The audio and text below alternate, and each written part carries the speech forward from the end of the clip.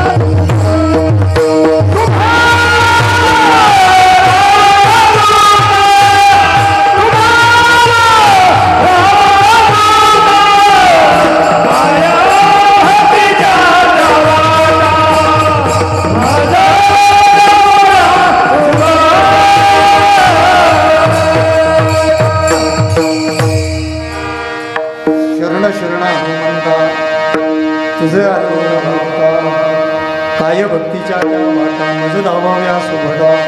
शुर आणि धीर स्वामी बाजू पैसवाले. तुका म्हणे रुद्रांजलीच्या कुमारा. संताची पायी संताची पायी हा माझा विश्वास. सर्व भावी दास झालो त्यांचा, तिची माझी करीती सकळ, जेने हा गोपाळ कृपा करी. प्रस्तुत प्राप्त प्रसंगी प्राप्त सेवेसाठी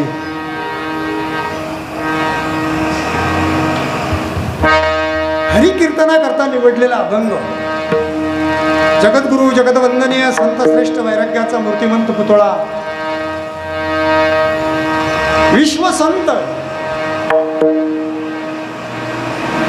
मला वाटतं तुकोबारायांसारख्या संतांचं वर्णन शब्दाने पूर्ण होणार.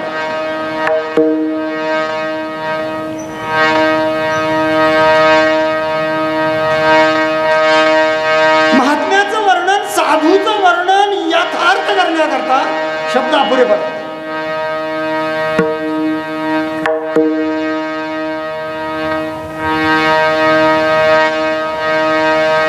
ज्यांचं ज्ञान, ज्यांची भक्ती, त्यांचं भजन, त्यांचं त्यांचं जीवन, त्यांचा संसार, त्यांचा अवतार सर्वांगाने जरी विचार केला ना, अनन्य विशेष संतांचं जीवन. अगदी तुकोबारायांचं जर महत्व सांगायचं ठरलं, आपल्याला कळलं बहिणा बहिणीचे वर्णन केलेले. भजन करा सावकाशी तुका झालाशी भक्तिरूपी कळसाच्या स्थानावर जगद्गुरु तुकोबाराय कळस रूपाने त्या भक्तिरूपी मंदिराच्या. तो कळस केव्हा थांबतो माहिती ना, पाया भक्कम लागतो. त्या मंदिराचं कळस पाया कोण झालं? ज्ञानोबा. ज्ञानदेवी रचना ज्ञानोबा रायांनी पाया व्हावं, नामदेव महाराजांनी त्या मंदिराचा विस्तार व्हावं, जनार्दन एकनाथांनी त्या मंदिराचे खांब बनावे, आधारस्तंभ. ही सर्व इमारत तयार झाल्यानंतर या सर्व संतांनी जगद्गुरु तुकोबारायांना डोक्यावर उचलून घेतलं. तुकोबारायांचे तत्वज्ञान, तुकोबारायांचे अभंग, तुकोबारायांची भक्ती शब्दाने वर्णन होतं. परमार्थ करत असताना गुरु हा शब्द आपण काय माहिती, गुरु या शब्दाला बराच काही आता किंमत कमी करून टाकली पाहिजे. त्याला कारण बी अनेक आहेत, त्याच्यावर मला बोलायचं नाही कधी होते. म्हणजे एक सांगता येईल मला, काही एका गावाचे गुरु असतात, काही एका घराचे असतात, त्याच्या पुढे जाऊन काही एका टोळक्याचेच असतात, असं पण म्हटलं. पण तुकोबा, जगद्गुरु तुकोबाराय हे जगद्गुरु, जगाचे गुरु आहेत. संकोचितपणा नाही, छोटा पण नाही. अशा तुकोबारायांच्या विचार भक्तिगाथ्यातलं एक छोटस पुष्प आपल्या सप्ताहरूपी भक्ती यज्ञामध्ये अर्पण करण्याकरता घेतलेलं आहे. सालाबाद प्रमाणे अखंड चालणारा हा सप्ताह, या सप्ताहाचाच पाया या विश्वाला सुख, समाधान आणि शांती, मानव जीवनाचं खऱ्या अर्थाने स्वरूप, कष्ट करायची का भक्ती करायची, एक काळ असा होता 200-150 वर्षापूर्वी. सद्गुरु गंगागिरी महाराजांच्या पर्वामधला, मला वाटतं आपल्या या वाकडी गावाची भक्ती सद्गुरु गंगागिरी महाराजांचा पाया आहे. सद्गुरु नारायणगिरी महाराज या मंदिराच्या, मला वाटतं ते स्थापत्य विषयामधले या पायारूपी मंदिराला त्यांनी अगदी या बेटाच्या परंपरेला कलशापर्यंत नेऊन ठेवलेले. वाकडी गाव म्हटल्यानंतर तीर्थक्षेत्र आहे, देवक्षेत्र आहे. अजून त्याच्या पुढे जाऊन संत आणि देव ज्या गावामध्ये रमतात ती भूमीच पवित्र आहे. विठ्ठल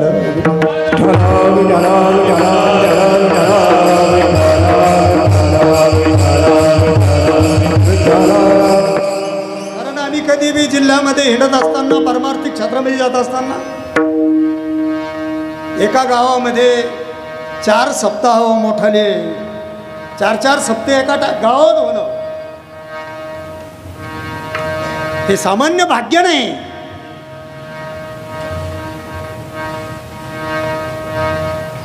महाराष्ट्राचं कुळदैवत, संसारी जीवाला ज्यांचा आधार आहे, सर्व संतांनी ज्यांचं वर्णन केलेलं आहे. काही देवांचं संतांनी वर्णन केलं नाही, पण खंडोबारायांचं वर्णन सर्व संतांनी केलेलं आहे. नाथांनी केलं, तुकोबारायांनी केलं, ज्ञानोबारायांनी सुद्धा केलं. ज्ञानेश्वरीमध्ये ओव्या आहेत. नाथांनी तर एकदम म्हणजे माझ्या मल्हारीची वारी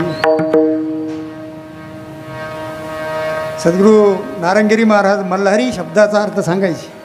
तुमच्या ध्यानात ऐकणे मला नाही सांगतेच, पण मी ऐकलेलं आहे. मल्हारी मल्हारी असं म्हणायचं. अहम वागा सोहोम वागा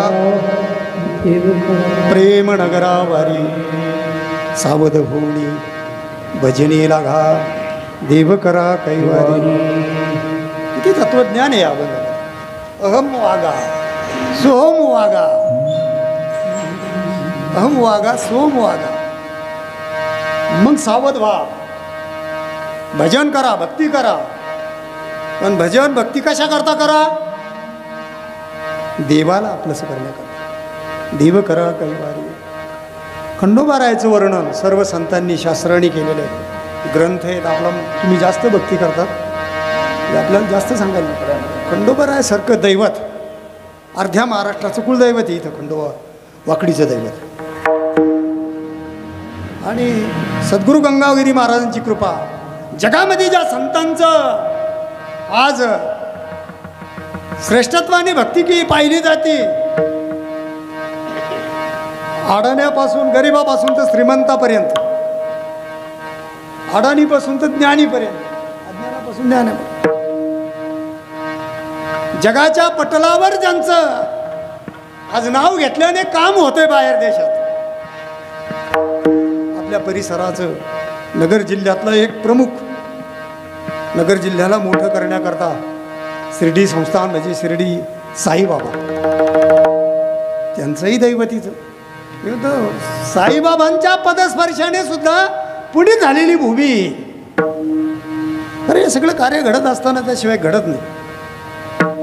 म्हणून असा हा सद्गुरू नारंगिरी महाराजांच्या मार्गदर्शनाने मी आल्यावर विचारलं ही तारीख आधीमध्ये येते. तात्यांनी सांगितलं पांडुरंगाची प्राणप्रतिष्ठा, त्यानंतर श्रद्धा आणि शुभ्री या विश्वाला संदेश देणारे महान संत एक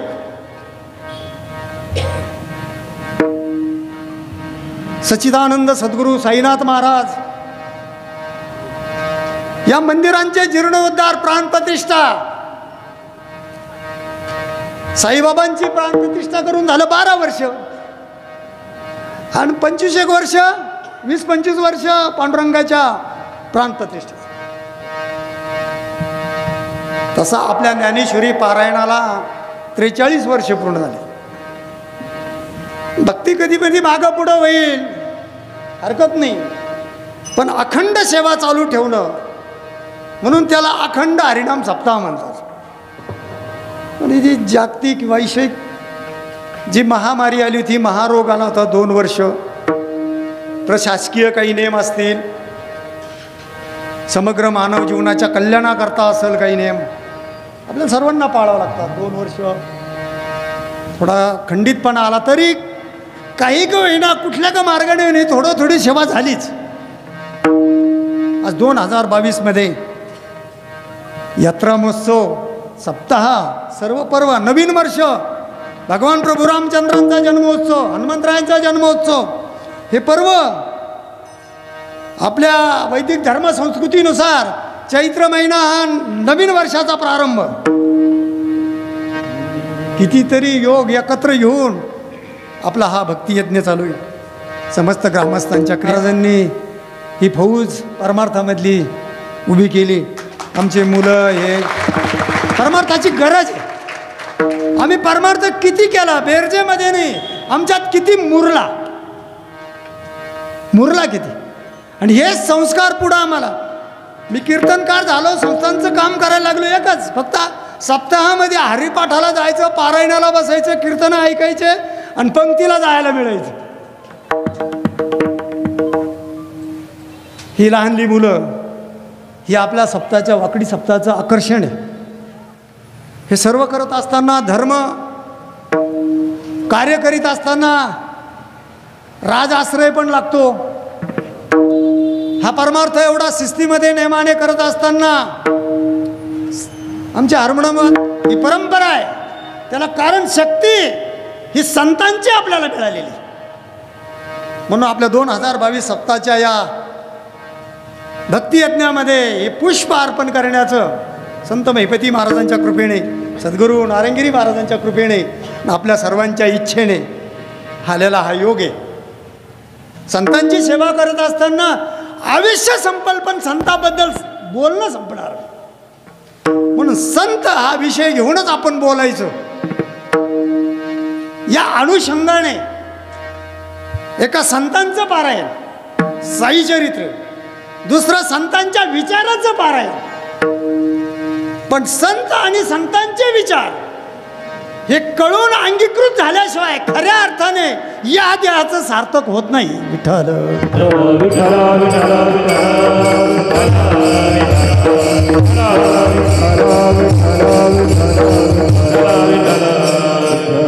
अभंगाचा विषय सोपा आहे, अभंग सोपा आहे, सर्वांच्या पाठ आहे. अभंगाचा प्रमुख गाभा बघितला तर विश्वास हा शब्द आहे. विश्वासाशिवाय जीवन नाही. श्रद्धा, भाव, प्रेम, विश्वास हे थोडे जवळजवळ शब्द आहे. एका पार्टीचे असं म्हणून. तसं एक पार्टीतले माणसं असतात पण सगळी सारखे नसतात. प्रत्येकाचा स्वभाव वेगवेगळा असतो. पण पार्टीचा शिक्का मारल्यामुळे एका गुणाचे एवढं म्हणावं लागतं, ऐका एका विचाराची.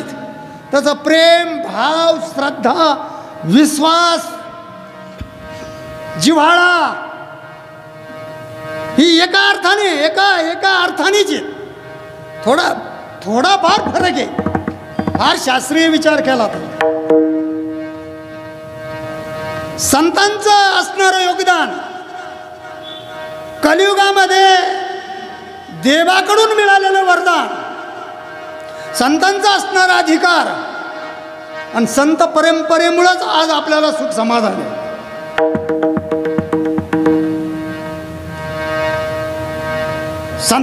संतांनी या विश्वाला, या ब्रह्मांडाला, या देवाला, साधू ऋषींना, मुनींना सर्वांना सावध करण्याचं काम शास्त्र जर बघितलं तर प्रखड मत मांडून संतांनी हा विषय हातात घेतलेला आहे. संत उपदेश करतात, संत सावध करतात.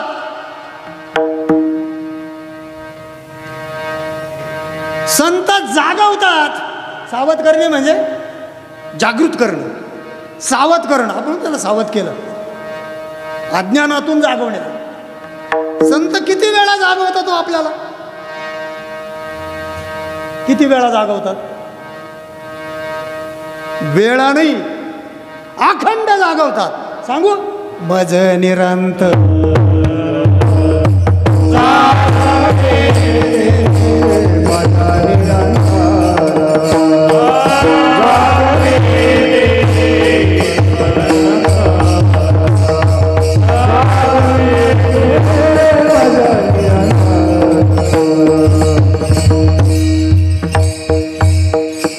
काय सांगू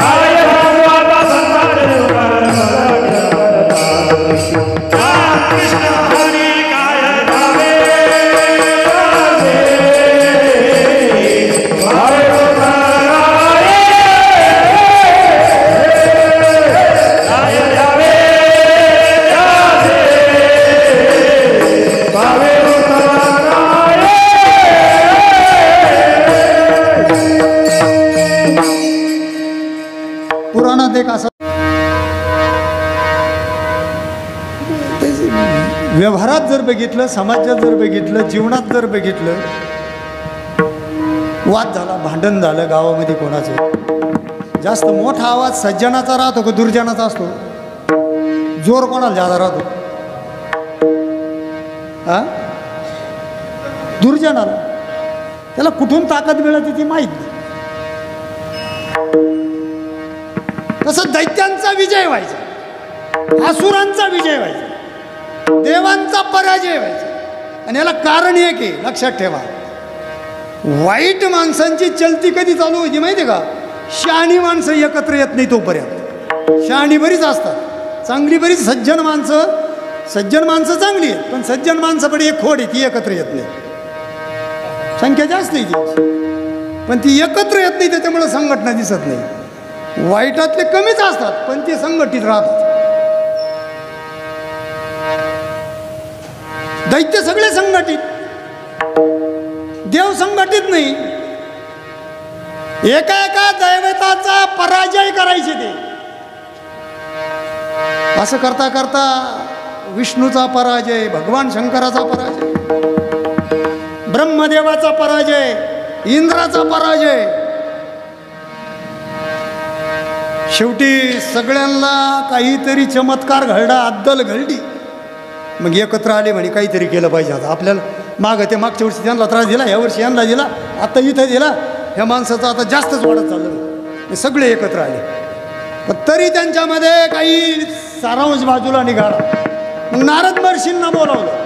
नारद महर्षी म्हणे देवांचा विजय व्हावा, दैत्यांचा पराजय व्हावा, पण तो दैत्यांचा सेनापती आहे ना, त्याला जर मारायचं असेल तर त्याच्याकरता एकच उपाय. दधीची ऋषी तपश्चर्या करतात हिमालयामध्ये. या दैत्यांनी देवाची भक्ती करून वरदान मागून घेतलेलं आहे.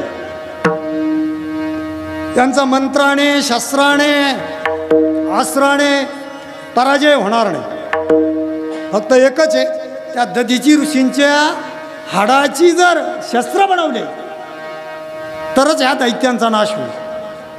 म्हणून सर्व दैवत, सर्व देव, पहिली वायरी देवानी संतांची केली. सगळे मिळून एकत्र गेले आणि दधीची ऋषींना विनंती केली, तुमच्या शरीरातले हाडं पाहिजेत. दधीची ऋषीने योग साधनेने ताबडतोब हाडं दिले. दानवांचा नायनाट झाला, पराजय झाला. हा भाग मला इथपर्यंतच सांगायचा होता. म्हणजे जे कार्य देवांना करता आलं नाही ते कार्य संतांच्या हाडांनी केलं. एवढे संतांचे उपकार आहे या जगावर. म्हणून काय सांगू आता, संतांचे उपकार.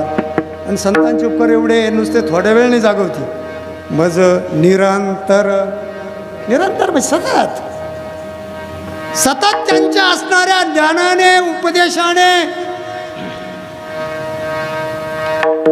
आपल्याला सुख समाधान मिळतं. सद्गुरू गंगागिरीजी महाराज जाऊन किती वर्ष झाले, पण आजही त्यांच्या नावाचा जय घोष केल्यानंतर एक वेगळी शक्ती मिळते. तुमचा आमचा प्रपंच आपण दिसतो तोपर्यंत, कर्तृत्व आहे तोपर्यंत. कर्तृत्व संपलं, प्रपंच संपला. पण साधूचं खरं कार्य आयुष्यभर केलेल्या साधनेतून गेल्यानंतरही चंद्र सूर्य तारे आहेत तोपर्यंत चालतं. निरंतर जागवणारे संत. आणि संतांचा आजचा जो अभंग आहे, या अभंगामध्ये चिंतनाकरता भरपूर आहे. आपण जर आत्मचिंतन केलं तर विश्वास आहे मेन गाभा आहे. विश्वास कुणी, कुठं, कसा ठेवायचा, कोणावर ठेवावा, आपण कोणावर ठेवतो आपला विषय. पण तुकोबारायांसारखी महान विभूती ही कोणावर विश्वास ठेवायला तयार नाही. आणि विश्वास ठेवल्याशिवाय जीवन चालत नाही. कोणावर तरी विश्वास ठेवाच लागतो. ठेवतो का नाही आपण विश्वास? नाहीच कोणावर ठेवला तरी पत्नीवर सुद्धा विश्वास प्रपंच होतो. आणि विश्वास जर नसला तर पत्नीवर विश्वास आहे का नाही? काही होऊ द्या, घरी गेल्यानंतर तिने वाढलेलं जेवण असं कधी शंका येते की विष घालेला असं नाही ना, याच्यात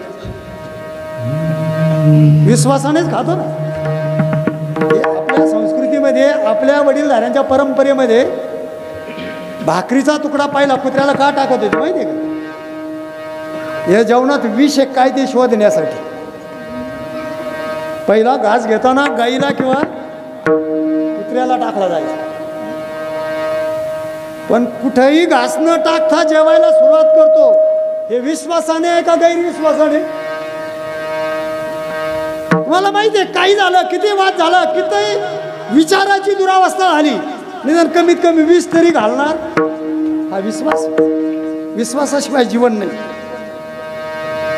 पण संसारावर ठेवलेला विश्वास आणि परमार्थावर ठेवलेला विश्वास, परमार्थाचा आणि संसाराचा फरक आहे. परमार्थात सुद्धा आपण विश्वास ठेवतो आणि मग कधी कधी त्या विश्वासाला तडा जातो. बरंच याच्यामध्ये. पण त्या अगोदर मी असं सांगाल, तुकोबर आहे, आपण एक वेगळा विचार करूया अभंगाचा.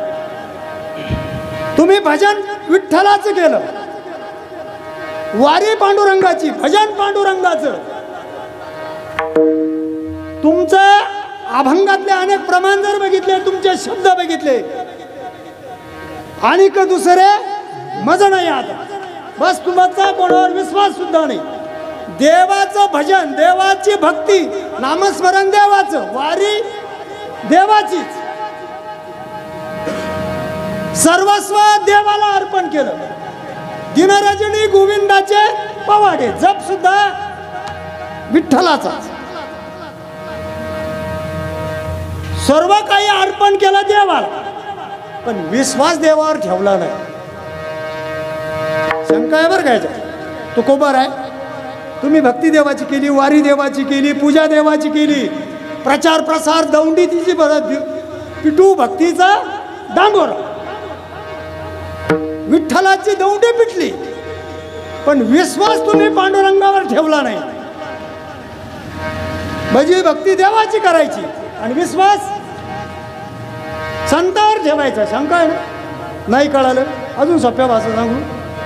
खायचं सासरचं आणि गायचं, खायचं भारतातलं आणि जिंदाबाद मी नाही म्हणणार, इथं आपण ऐकतात, जाणकार आहे, नागरिक आहेत आपण. खायचं भारताचं आणि गुण गायचं दुसऱ्या देशाचं, हे शोभतं का? खायचं सासरचं, जातं सासरचं. जुना काळ आता नाही राहिला, आता लग्नामध्येच पिठाची गिरण द्यायला लागली. आता सासरचं जातं, सासरचं धान्य दळायला, पहाटी माऊली दळायला बसल्यानंतर खायचं इथलं, दळणं इथलं, जातं सासरचं. पण दळण दळायला लागल्यावर गाणं कोणाचं? मग माझ्या भावाच्या वाड्याला सोन्याचं फुल, आपल्याला सांगायचं नाही, गायचं माहेरचं. मग तुम्ही भक्ती केली देवाची, तुकोबारा पिढ्यानं पिढ्या झिजले देवा करता, शास्त्रा करता, आणि विश्वास तुम्ही संतावर ठेवला. देवावर तुमचा विश्वास नाही आणि देवाबरोबर भांडत होते. कधी कधी एक काळ असा तुकोबारांच्या जीवनामध्ये, देवा तुझे दास होता नाही, देवाशी भांडले, पण विश्वास देवावर ठेवला नाही. भक्ती केली देवाची, विश्वास कोणावर ठेवला? संतावर. याला अनेक कारण आहे. मला वाटतं फक्त हेच शोधण्याकरता मला वाटतं कीर्तनाची वेळ संपून जाईल. एवढाच विचार शोधण्याकरता अनेक अवतारामध्ये बऱ्याच वेळा देवाने आपलं अवतार कार्य पूर्ण करण्याकरता फक्त सहकार्य भक्तांचं घेतलं आणि आपलं कार्य पूर्ण झाल्यानंतर पुढे निघून गेलं, त्या भक्ताला सोडून दिलं. मग बाप असू नाही तर आई असू, अवतार धारण केला देवकी आणि वासुदेवाच्या पोटी. पुन्हा आईबापाला किती सांभाळलं हा? पुन्हा ज्यांना आई म्हटले गोकुळामध्ये यशोदेला, नंदाला पिता म्हटले, तिथं किती दिवस थांबले? त्याला कारण आहे, पुढे बहुत करणे आहे.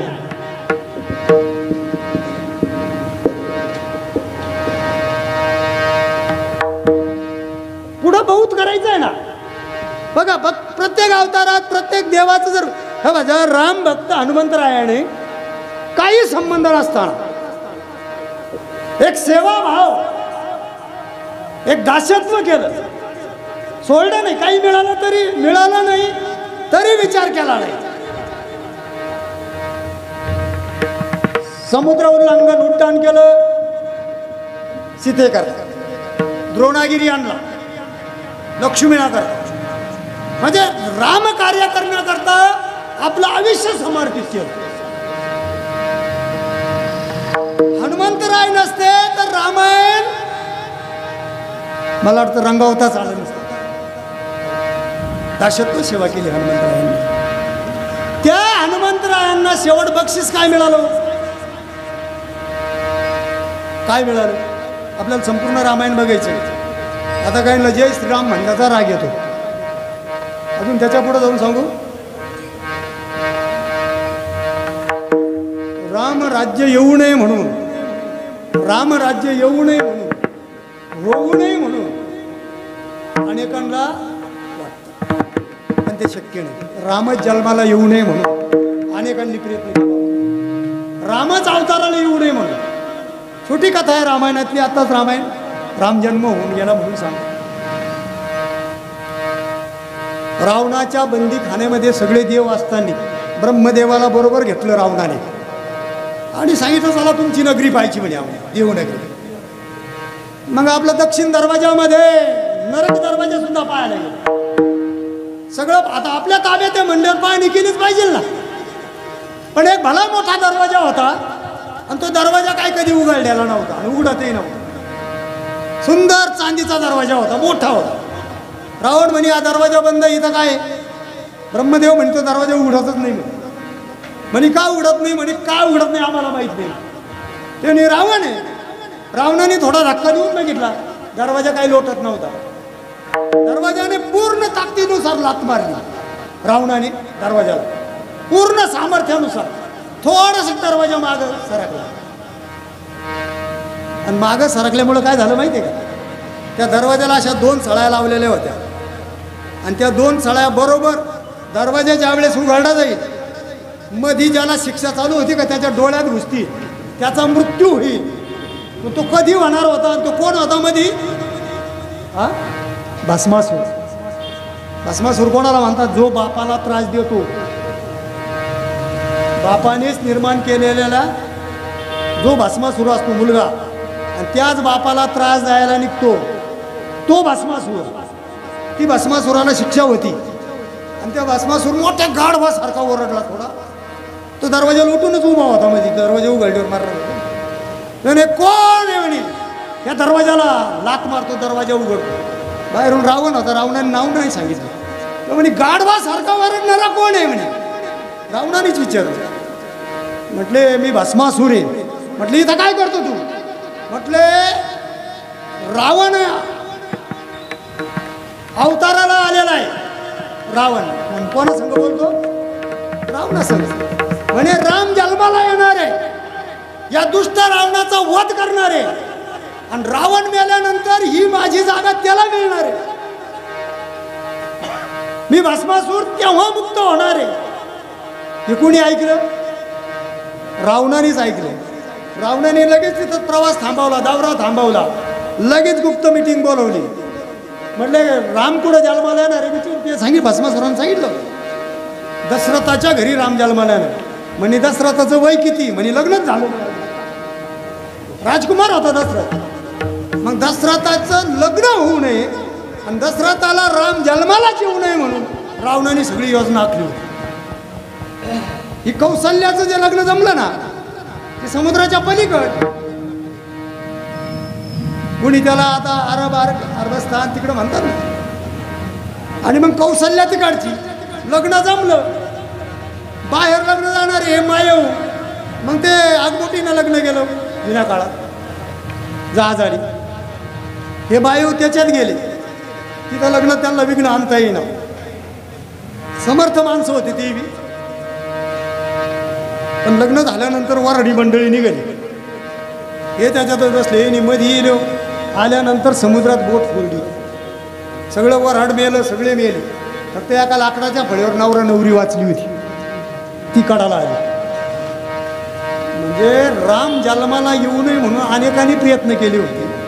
आता राम राज्य येऊ नये म्हणून अजून किती प्रयत्न केलं, राम राज्य येणार नाही. ही साधूची वाणी होती.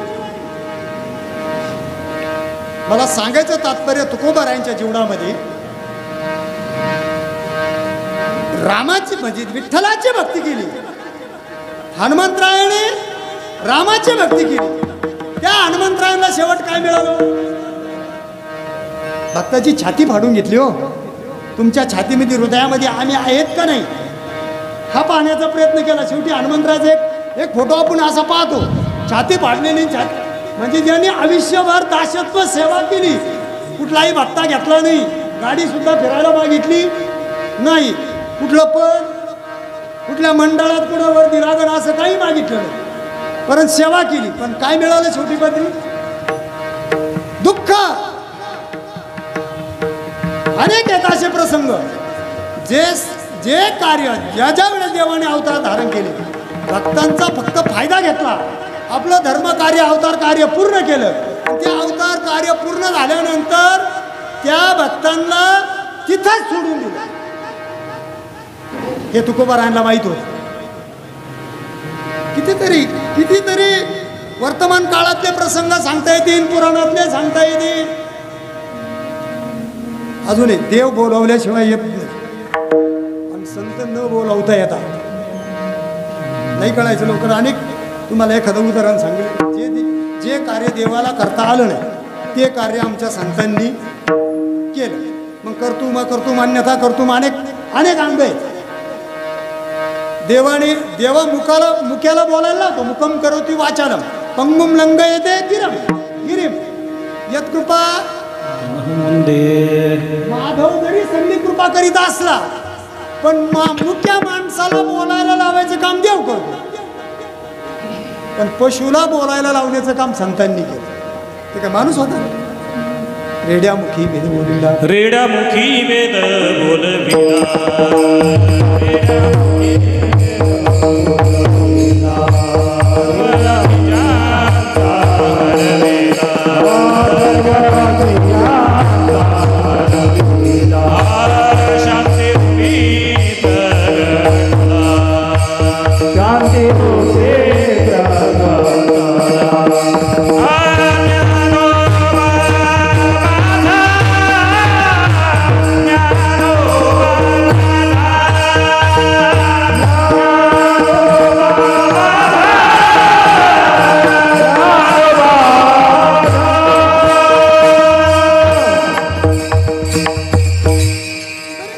रेड्यामुखी वेद बोलविला, गर्भध्वजांचा हरविला, शांतीरूपी प्रगटला ज्ञानोबा माझा. ज्या जडबुद्धीच्या प्राण्याकडून वेद वदून घेतले, देवापेक्षा पुढचं कार्य. अशा अनेक अनुषंगाने जर विचार केला, म्हणून तुकोबारायांनी भक्ती जरी देवाची केली असली, पण विश्वास देवावर ठेवला नाही, तो कोणावर ठेवला? अभंगाच्या प्रथम.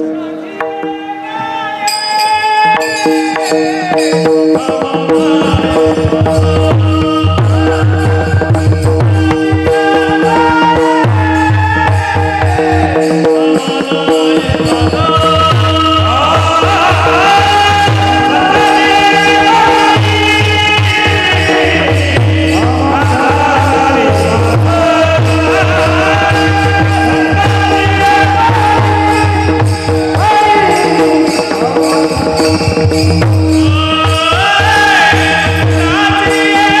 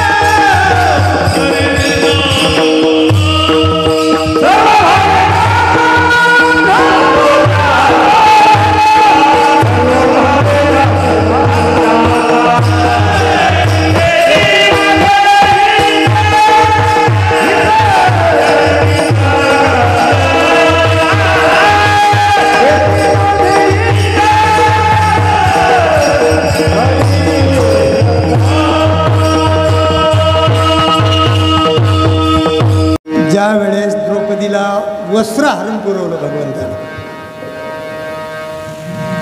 द्रौपदी संकटात पडली. द्रोणाचार्य, कृपाचार्य, भीष्माचार्य कुणीही दुर्योधनाला आणि दुःशासनाला अडवलं नाही.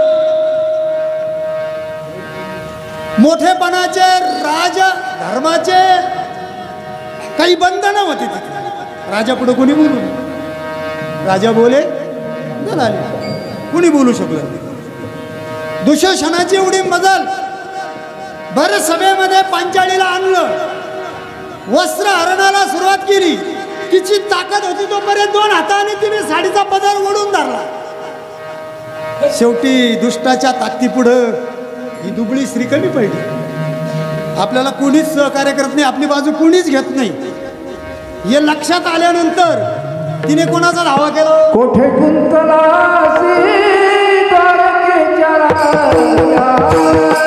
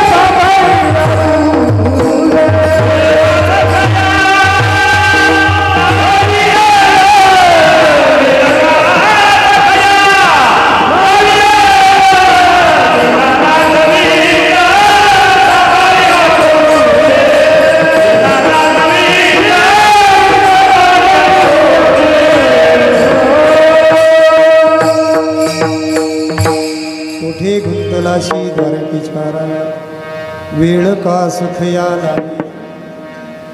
द्वारकेच्या राणाचं आठवण केली, रायाची आठवण केली. द्वारकाधीश धावून आले, वस्त्र पुरवले. दुसऱ्या दिवशी पेपरमध्ये बातमी आली, देवतारी त्याला कोण मान. सगळ्या वर्तमान पेपरला. त्यातलं एक पेपर गोकुळात गेला. गोकुळात शिकलेल्या गवळणी होत्या, वाचलं. अगं म्हणे बघ, खोडकर, खुडी करणारा, छेड काढणारा, गाया सोडणारा, वस्त्र सोडणारा, स्त्रियांचे पदर वाढणारा, गवळणींचे. अगं राजा झाला, किती ज्ञानी झाला, गुणी झाला, स्त्रियांना मदत करतो. वस्त्र हरणाच्या वेळेस द्रौपदीचं वस्त्र हरण झालं, धावून गेला आणि साडी पुरवली. गवळणीला आनंद वाटला. गवळणीत आनंद म्हणजे गोकुळामध्ये आनंद उत्सव झाला. कार्यकर्त्यांनी फटाकेबाजी केली. आपल्या कार्यकर्त्याचा कुठंतरी विजय झाला म्हणजे काही आनंदाची बातमी ऐकल्यावर आपण करतो ना आनंद उत्सव. पण एक गवळण त्यातलं तो पेपर घेऊन राधेकडे पळत गेली. बघ राधे, अगं आपला लबाड कान्हा, खोडकर कान्हा राजा झाला, किती न्यायाने वागू राहिला, किती खोडकर होता. स्त्रीवर अन्याय झाल्यानंतर धावून गेला, साड्या पुरवल्या. राधेने पूर्ण बातमी वाचली, पेपराची गुंडाळी केली आणि डोक्यावरचा पदर कमराला खावला. ती गुंडाळी पेपरची बरोबर घेऊन द्वारकेला निघाली राधा. द्वारकेला गेली राधा, धाट धाट चालत गेली. घरामध्ये प्रवेश करणार, राजवाड्यामध्ये प्रवेश करणार. पण राजा झालेला होता कृष्ण. आता तुला काय कोणाला भेटता येईल का? मस्त राधा प्रेमाची होती, भक्ती होती. पण द्वारपालांनी अडवलं राधेला. ए बाई, कुठून आली, कुठं चालली, तुला कोणाला भेटायचंय? ती राधा होती, ती काय नीट बोलून गाव त्यांनी सांगत. ते म्हणे तुम्ही कोण? मला चोर अडवणारे. कारण राधाचं आणि कृष्णाचं नातं प्रेमाचं होतं ना, भक्तीचं होतं ना. ते म्हणे बाई तुम्हाला भेटायचं कोणाला? अरे मला त्या काळ्याला भेटायचंय. काय म्हटली? मला त्या काळ्याला भेटायचंय. बाई नीट बोला. बाई नीट नव्हती बोला. जा जा, त्या चोराला भेटायचंय म्हणे मला. आता ज्या ती एवढं अधिकाराने बोलती बाई, म्हणून तो एक सेवेकरी म्हटला थांब रे तू अडून धर, मी सरकारला सांगून येतो. राजाला एक पळत गेला, सांगितलं सरकार महाद्वारामध्ये एक स्त्री आलेली, खेड्यातून आलेली दिसती. पण विचारलं का म्हणे विचारलं का म्हणे गोकुळातून आलेली गोकुळातून दचकले द्वारकाधीश दचकले गोकुळ म्हणल्यानंतर उठून उभे राहिले सिंहासन म्हणे कोण आहे काय नाव सांगते म्हणे राधा राधा म्हटल्यानंतर पळतच सुटले पळत गेल्याबरोबर महाद्वारात गेले आणायला गेले होते पण राधेने असं बोट केलं तिथंच याद राख तिथंच थांब म्हणे जर दरवाजाच्या बाहेर आला तर बघ म्हणे खाली मान घालून उभे राहिले कृष्णा तू शहाणा झाला म्हणे हा तू चांगले कामं करायला लागला म्हणे हा तू स्त्रियांना साड्या पुरवायला लागला म्हणे हा तुला पटतं का म्हणे दादा बघ तुझ्या देवपणाला तू काही उपयोग ठेवला का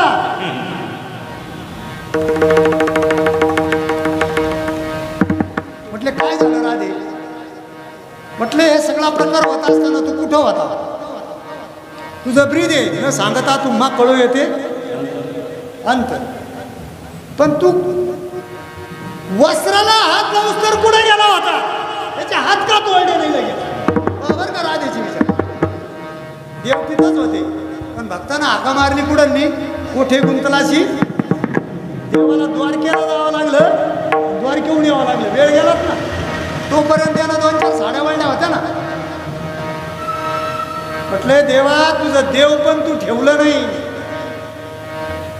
बस एवढं बोलली आणि देवाला कळलं म्हणजे भक्त संकटात पडल्यावर धावून जावा का भक्ताने हाका मारल्यावर धावून जावा हा प्रश्न राधेचा होता म्हणून तू देव असून तू हाका मारल्याशिवाय गेला नाही हा तू देवपणाचा अपमान केला राधा बोलली हा दृष्टांत तिथंच थांबा दुसरा दृष्टांत रामायणातला सांगतो त्याशिवाय या दृष्टांताचा संबंध लागणार नाही इथपर्यंत ध्यानात ठेवा दुसरा दृष्टांत असा आहे जरा जलद सांगतो आता आहीमयी रावण काहींनी कथा ऐकलेली आहीमयी रावणाची आणि त्यांचा एक नियम होता त्यांच्या नगरीमध्ये एक देवीचा उत्सव असायचा आणि त्या देवीच्या उत्सवामध्ये 2 बळी दिले जायचे मानवाचे आणि पकडूनच आणायचे ते आता गावातले घेण्यापेक्षा बाहेर गावचे पकडायचे बळी द्यायचे म्हटलं कधी कधी होतं असं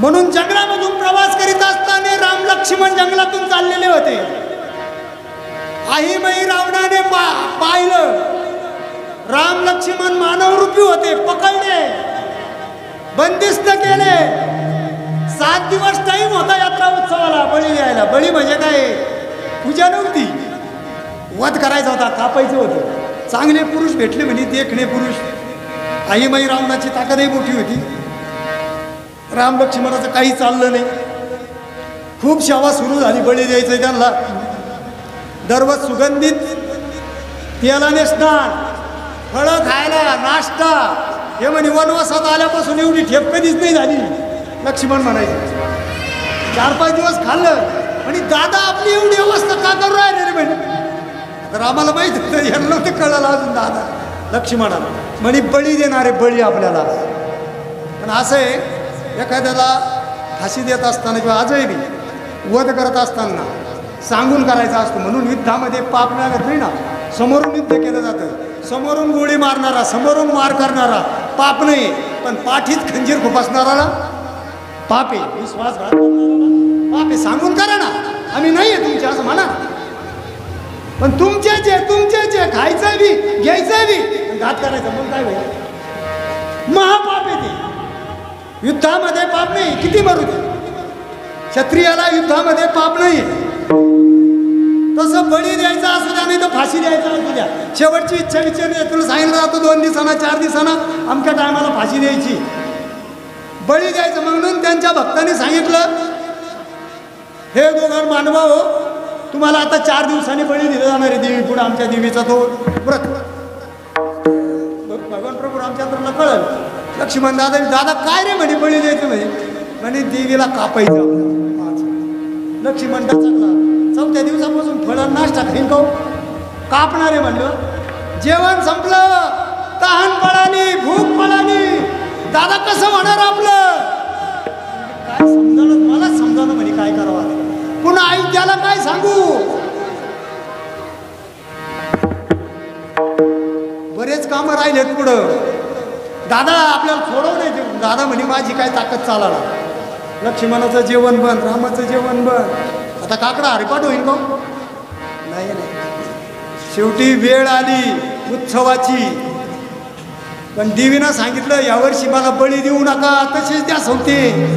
एवढी गोडीगुलं मी सांगितलं होतं की देवीला. हा अहो त्याच्या अगोदर तिथं हनुमंतराय गेले बी भुयारा नाही केली देवीची अवकाळ. आणि आई साहेबांना सांगितलं तुमचा बाप येणार आहे म्हणे, बळी नका मागू, तसंच मागा, पुढचं काम मी पाहतो म्हणे. हे येड्या लोकांच्या पुढं नादी लागत म्हणे.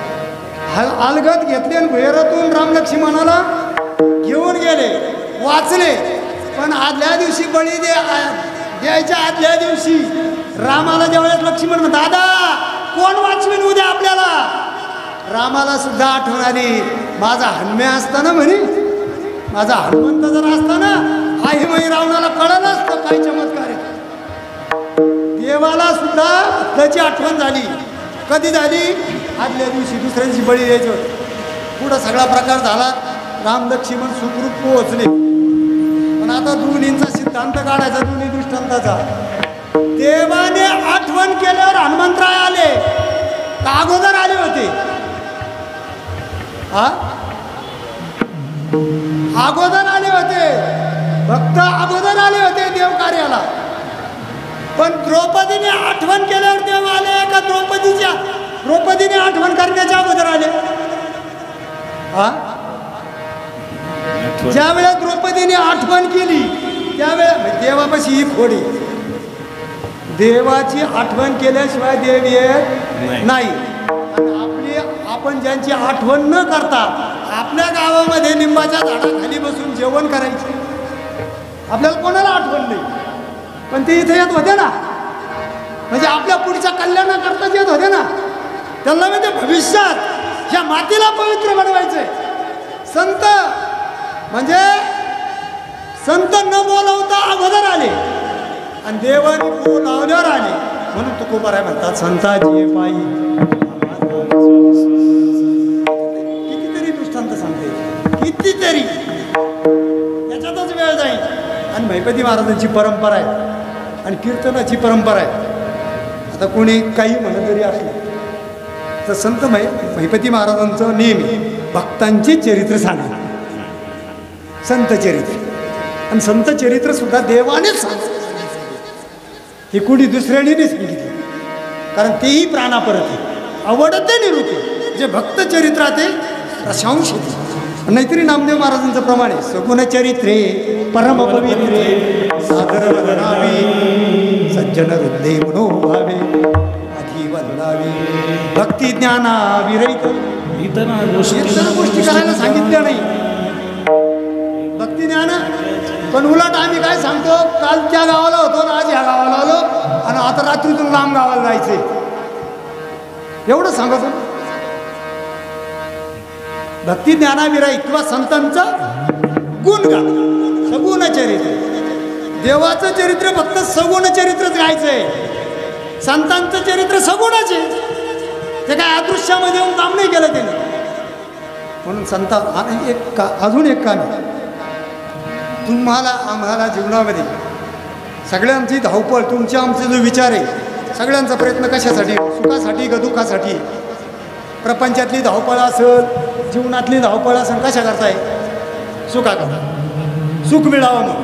पण आपण किती पळवलो, किती धावपळ केली, किती सज्जन राहिलो, सुख मिळत आहे का? इच्छा सुखाची आहे पण प्रयत्न दुःखाचे आहे. इच्छा मग सुखाची आहे. सुख संसारात आहे का? आपण सगळा प्रयत्न संसारातला चालू आहे. संसारात सुख आहे का?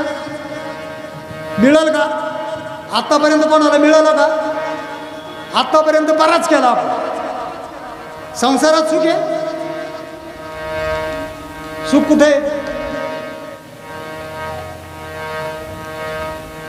कितीतरी प्रमाणे आपुला तो एक देव करून येणे विन जीवा सुख. देव प्राप्त झाल्याशिवाय सुख नाही. सुख असलं तरी देवापाशीचे. संसार किती केल्यावर देव मिळालो?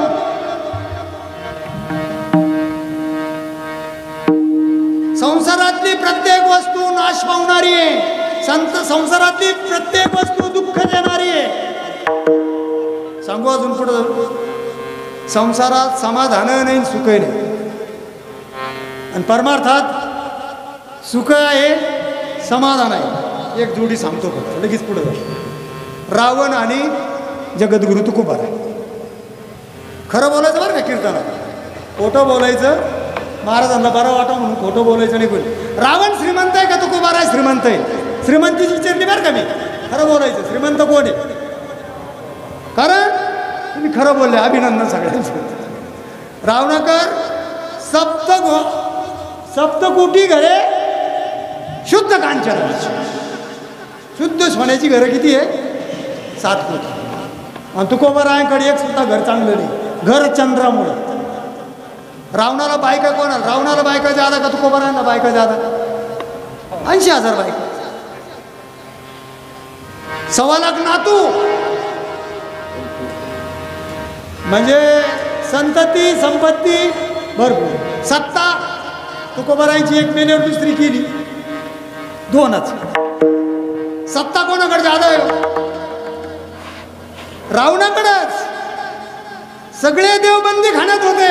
तुकोबारायांना पाटील बोलत होते गावात, ओपले पाटील गावातील लोक. आता मग रावणासारखा श्रीमंत असलेल्या घरामध्ये पोरगी द्यायची का तुकोबारायासारखा सज्जन असलेल्या घरामध्ये पोरगी द्यायची? हो दादा, कलियुगात महाराज जरी असले तरी कोणाच्या घरात पोरगी द्यायची? महाराज सुद्धा रावणासारखी श्रीमंती असणार आहे. पण ही चूक आहे ना. आता एक प्रश्न विचारतो, रावण सुखी आहे का तुकोबाराय सुखी? हो म्हणजे सत्ता संपत्ती संतती याच्यामध्ये सुख नाही, संसारात सुख नाही.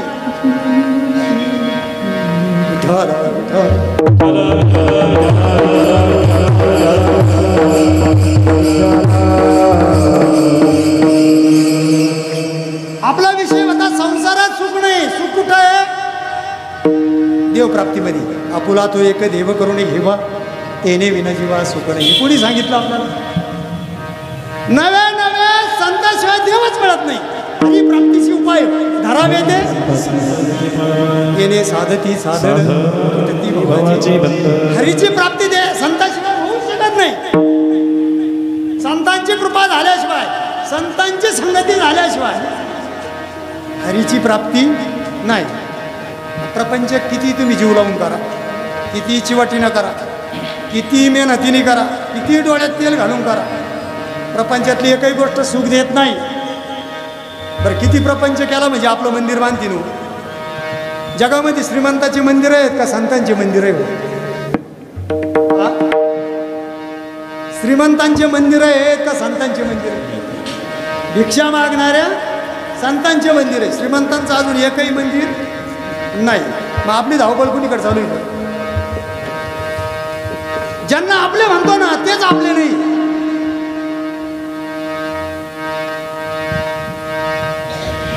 मायेमध्ये अडकलो आपण. संतांनी जागा केला आपल्याला. उठा जागे वारे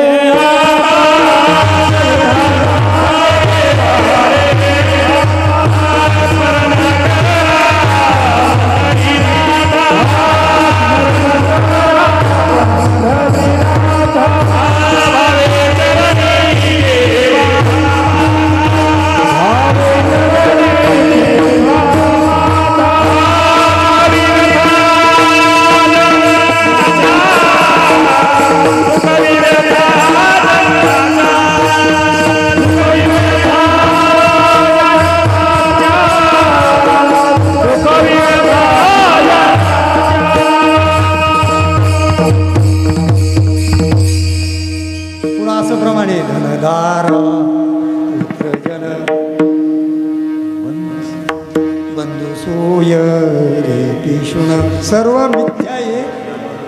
शरण रिगा ही सगळी माया कुठपर्यंत येणार आहे? स्मशानभूमीपर्यंत येणार. तुम्हाला वाटी लावलं ना आपल्याला एकदा, हे माग आले का पंक्ती चालू होत्या, कितकं डबे येत्या. दररोज एक भाजी खायला खाताना 4-4 भाज्या खायला. 10 दिवस झाला का म्हणतात गोड झालं पाहिजे कधी जावे. पुन्हा 3ऱ्या दिवशी 10 दिवस 13व्या दिवशी अजून दिवाळी करा म्हणतात. करंज्या पाहिजे, लाडू पाहिजे. हा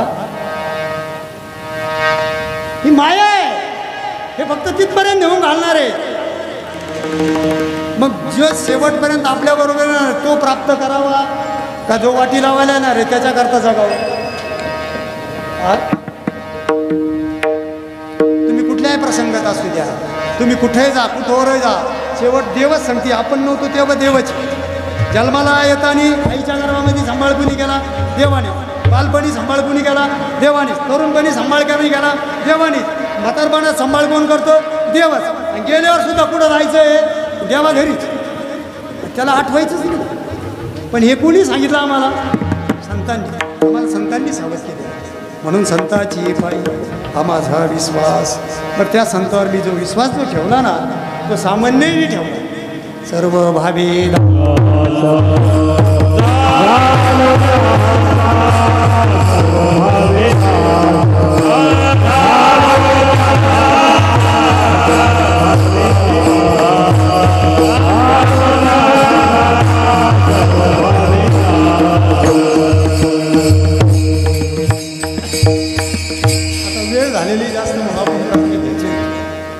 सर्व भावाने ठेवला. सर्व भाव म्हणजे किती हो?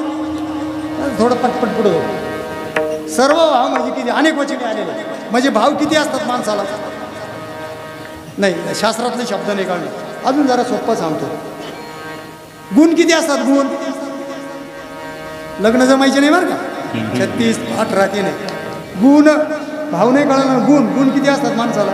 नाही कळलं. आपल्या भाषेतलं सांगू. खोडी किती असते माणसाला? खोडी हा किती? बोला ना, सांगा ना. काय चुकलं तर काय आपल्याला किती तरी चुकले. 72 खोडी कोणाला राहते माहिती आहे का? घोड्याला. आणि माणसाला त्याच्यापेक्षा वाढत आहे ना. याला आपण खोडी म्हणतो. शास्त्रात त्याला गुण म्हटलं. अजून शास्त्रात त्याला भाव म्हटलं. हे सर्व भाव मी देवाला अर्पण. अनेक भावाने संत जे देवाशी एकरूप झाले ना. अनेकांचे अनेक भाव. कोणी प्रेम भावाने गेलं, कोणी वैराग्यानं गेलं, कोणी ज्ञानाने गेलं, कोणी भांडून गेलं, कोणी विरोध करून त्यांच्याशी एकरूप झालं, कोणी विष पाजायला गेलं शत्रू म्हणून, कोणी फसवायला गेलं. यशोदे पुरून टाक त्याला. महाबळभट बहुरूपी होऊन गेले. सगळ्यांना मोक्ष. पण देवाकडे गेले ना. कोणी वैर करून गेलं, कोणी भजन करून गेलं, पण देवाचेच संत बरोबर आहे म्हणतात. मी सर्व संत का झालो? एवढा विश्वास ठेवला. सर्व भाव मी त्यांना अर्पण केले. का केले अर्पण माहिती आहे का? त्यांच्यामुळं मला एवढा लाभ झाला, एवढा लाभ झाला. अभंगाच्या तेजी माझे हिता करीती सकाळ. तेजी माझे हिता करीती सकाळ. तेजी माझे हिता करीती सकाळ.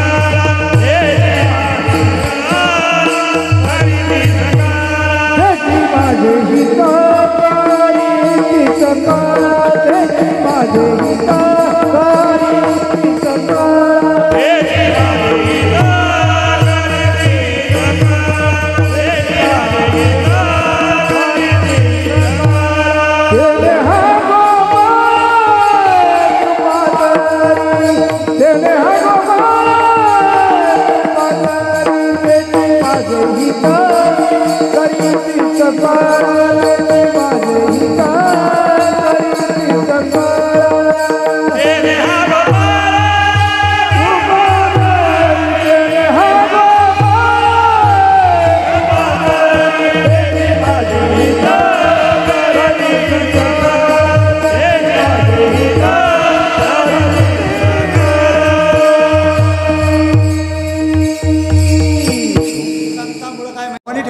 धनाने ठेवलं ना.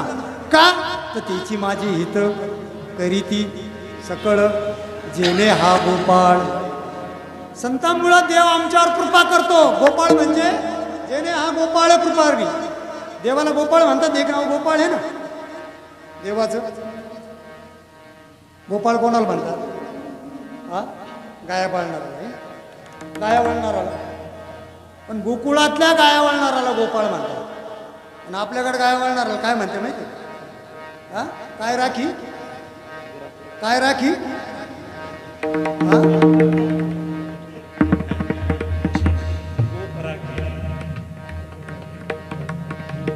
आपला गाया वळणारा गायांच्या पाठीमागे चालतो म्हणून त्याला गुराखी म्हणतात.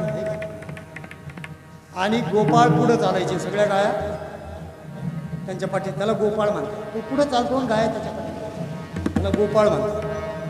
आणि आपलं जे बरोबर नाव दिलेले आहे आपलं राखण नसते.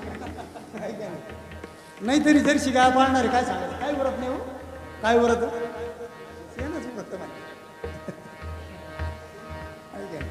म्हणून आपल्या लोकांच्या प्रत्येक शब्दाला अर्थ आहे. गुराखी नावे आम्ही त्याला जरा शब्द फोडून जर म्हणलं ना मग आपल्या लक्षात येईल. काय राखी, आपल्याकडे गाय वळणारा गुराखी वास्तविक पाहता, पण तो गोपाळ. आणि संतांच्या कृपेमुळे देवाची आपल्यावर कृपा झालेली. देव तेव्हाच भेटतो. एवढंच नाही, साधक जर कुठं थकला तर आईचं रूप घेऊन संत कडेवर घेतात. भागलिया मज वाहतील कडी त्यांची आणि थोडी देवच. माझं कर्तव्य काय राहिलं अभंगाच्या शेवटच्या तुकाराने जे जगेना